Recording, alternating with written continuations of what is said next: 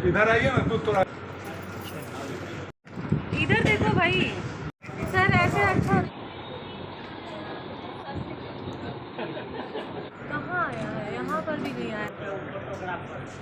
स्वामी सहजानंद किसान वाहिनी का कार्यक्रम हर साल की भांति इस साल भी हम लोग कर रहे हैं और इस कार्यक्रम के माध्यम से हमारे आदरणीय प्रधानमंत्री नरेंद्र मोदी जी के सपनों को पूरा करने के लिए जो कार्यक्रम किए जा रहे हैं और स्वामी जी के द्वारा जो किए गए कार्य हैं उनकी हम लोग समीक्षा करते रहते हैं और लोगों को बतलाते रहते हैं। उनके आदर्शों को हम लोग समाज के सामने प्रस्तुत करते हैं इस कार्यक्रम के माध्यम से।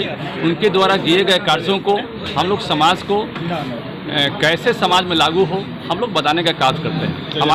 हमारे राष्ट्रीय अध्यक्ष हमारे बगल में हमारे रविंद्र रंजन जी हैं, हमारे बगल में हमारे और भी हमारे साथी हैं।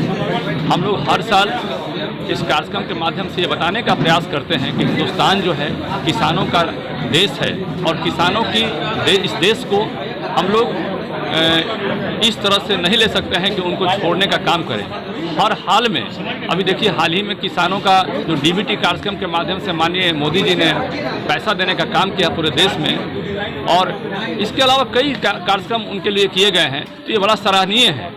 किसानों के आंदोलन के लिए जो लोग बात करते हैं वो लोग इस बात को नहीं समझते हैं कि हमारी भारतीय जनता पार्टी जो है किसानों के लिए क्या कर रही है।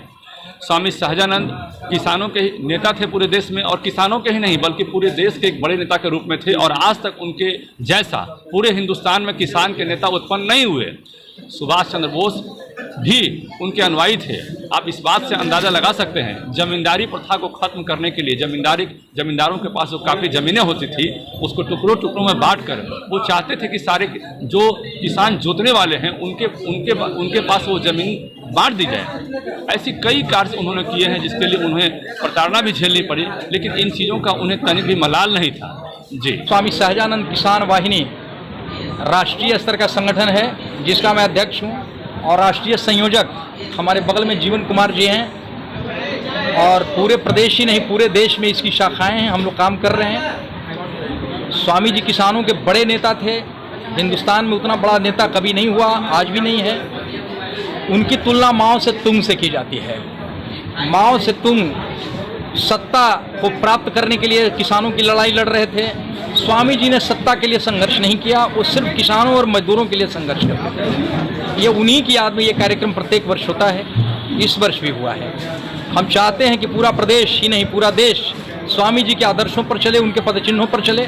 स्वामी जी के जिस तरह से महात्मा गांधी के शिष्य पंडित जवाहरलाल नेहरू थे उसी तरह स्वामी सहजानंद सरस्वती के शिष्य सुभाष चंद्र बोस थे।